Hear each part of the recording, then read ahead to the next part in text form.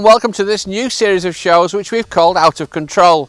Simply because all you're going to see is people who are out of control. And it's not just rallying that we've got lined up for you. We've got plenty of rallycross action as well.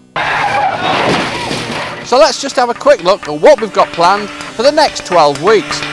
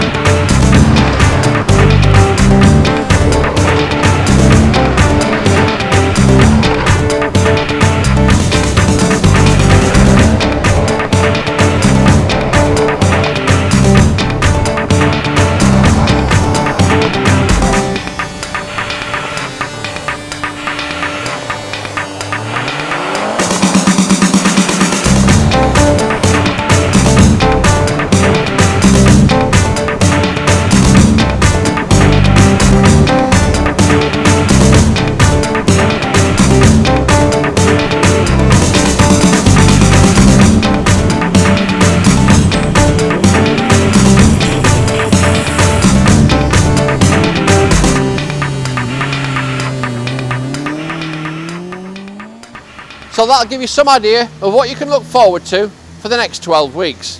And we've got more rallycross action for you after the break. But first, rallying. And there's no doubt that one of the world's most dramatic sports attracts enthusiastic spectators who mainly want to see fast and competitive rally action. And over the years, the British public have come to expect just that. It's to be hoped that generally not many true rally fans go out looking for accidents, but on the other hand, most people do love to see a good prang, as long as no one gets hurt. And I hope that during the series you'll see plenty of accidents that will make you smile and a few that will make you wince, but I've tried my best to ensure that none of the incidents feature anyone that got hurt.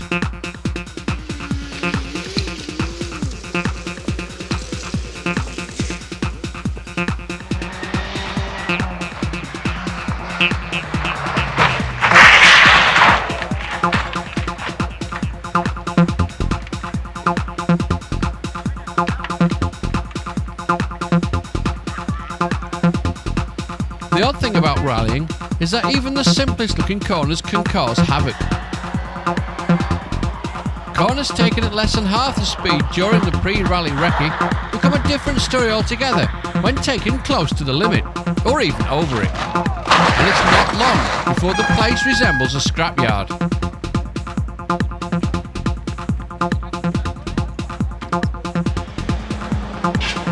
It's amazing the problems a simple little kink can cause.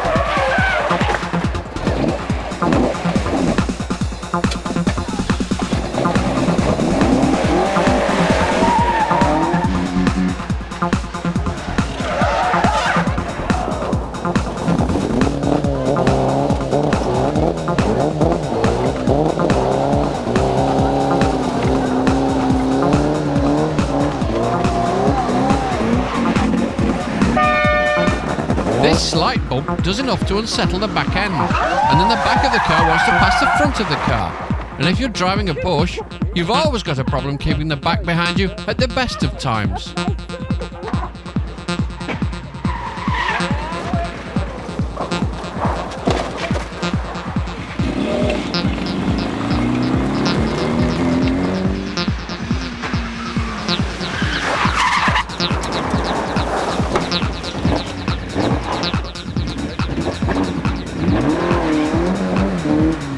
I'm sure he's in there somewhere.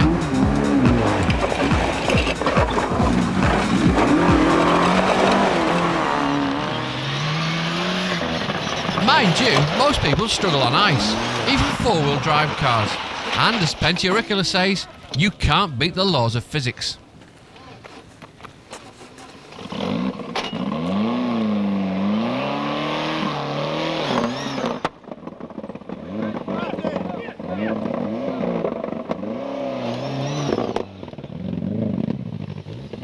One big advantage of four-wheel drive though is that at least you can find your way back to the stage easily enough.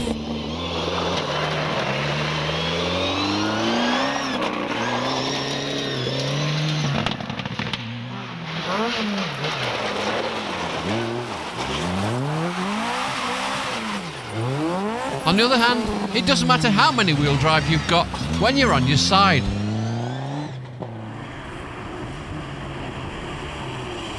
It wasn't just the cars that were having problems on the Colquitt Rally a few years ago. Cameraman Mal Herrick was struggling a bit as well.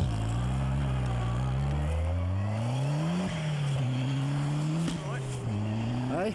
Right. What's he playing about that?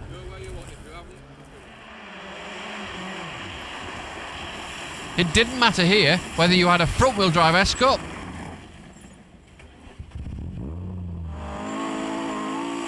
a rear-wheel drive Escort,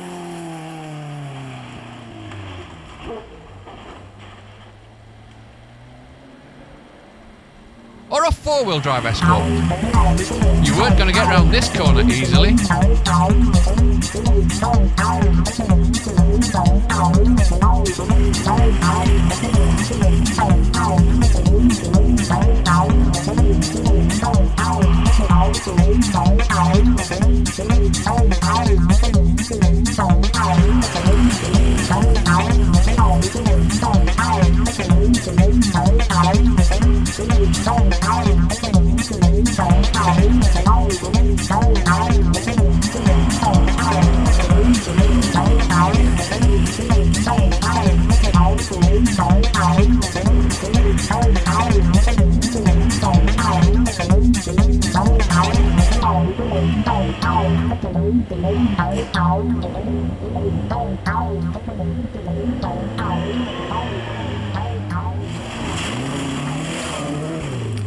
And that's the way to do it. It's generally accepted that the majority of the world's best rally drivers are Scandinavian. Well, maybe they are, but here's a bunch that aren't that clever.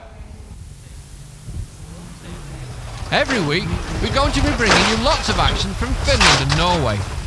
Be amazed as they prove themselves just as incapable as the rest of us.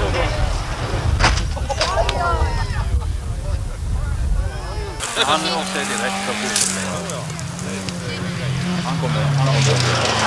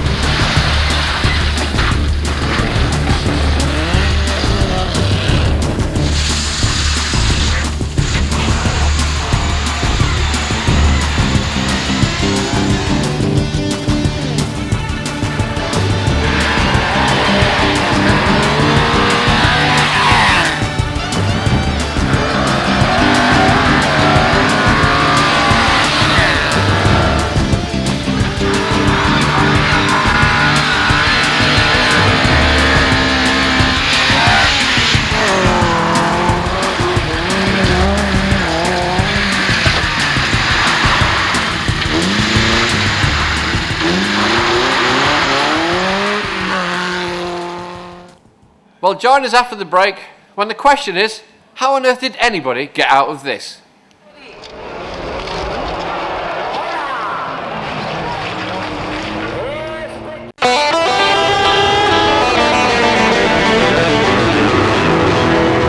Hello again. We're going to go straight off and see some rallycross action now, back from the early 90s in Britain and in Europe.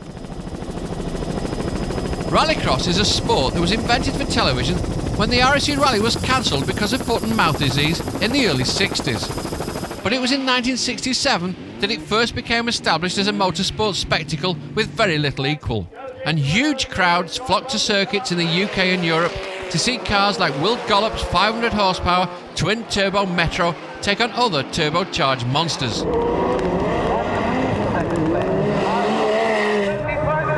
In the early 90s, the majority of the front-running cars in rallycross were ex-Group B rally cars. These cars were deemed too fast and powerful for rallying, so they were banned by the sport's governing body. But rallycross gave them a new lease of life and made them even more powerful and even faster than before.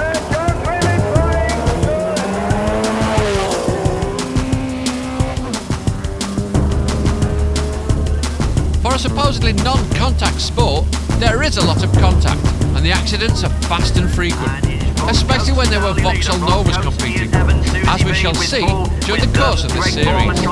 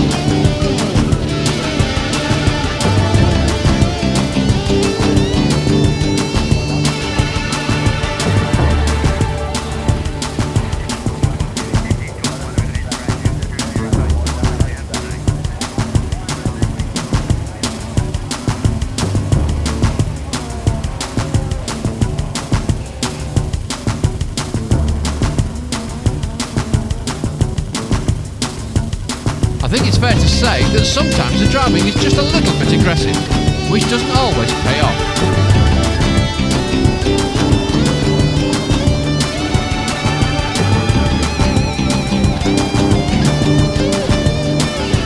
Especially if you're in a Vauxhall Nova.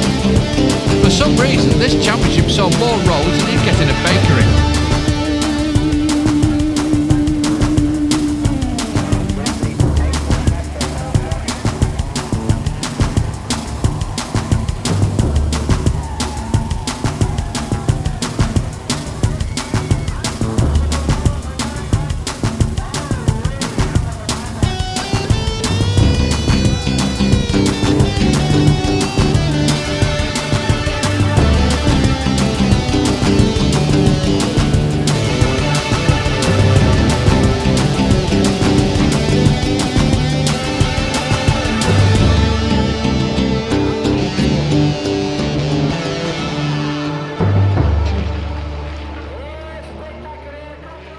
Unbelievably, Jan Arthur Everson was completely unhurt in this shunt, which destroyed his RS200 in a quite remarkable accident during a race in Europe. He was fine, but his car wasn't.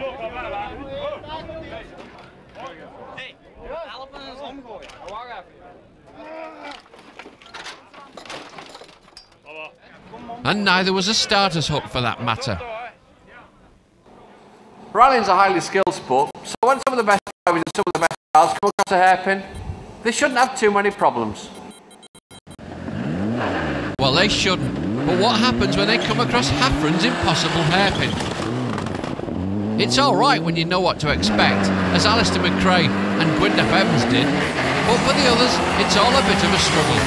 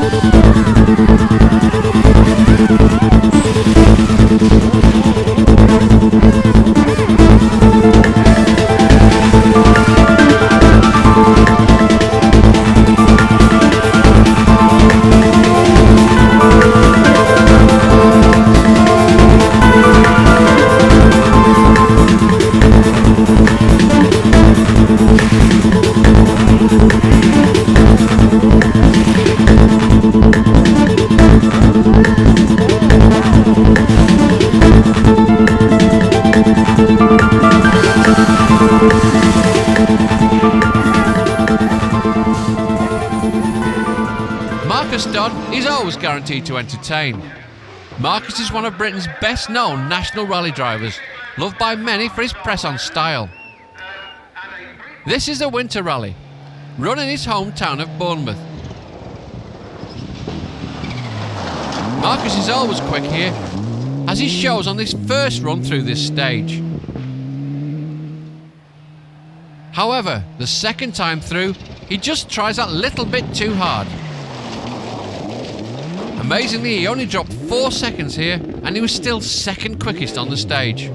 Let's look at that again with the aid of virtual commentator. Aye, well, you can see that Marcus is just a little bit faster onto the straight than Marcus here. But as they turn into the corner, oh, over he goes. But he makes a good recovery, and he's on his way again pretty quickly. You have to admire him for that. Of course, Marcus isn't the only one who can get it right one week and not the next.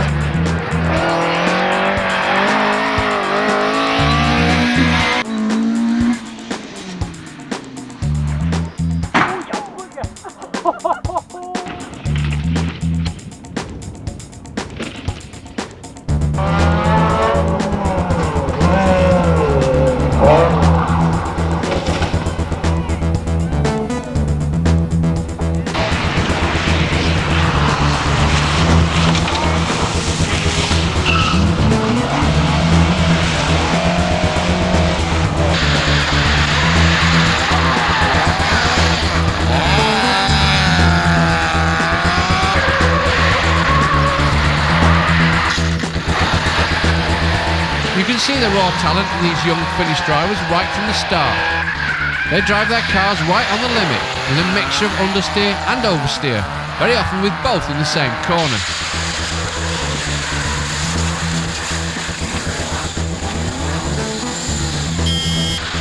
You can drive a car quite quickly even if it understeers, or it is better for rallying if it oversteers, but perhaps not this one.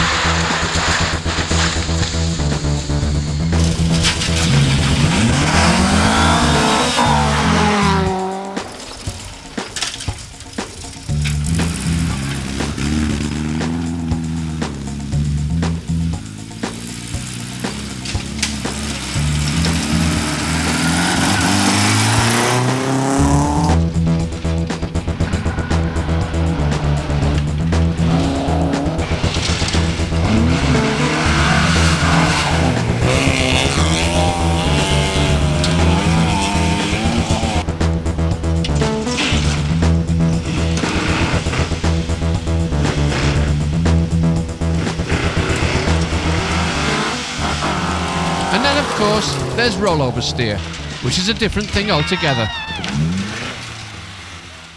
We're getting close to the end of the show, so let's have a quick look back at this week's Top 10.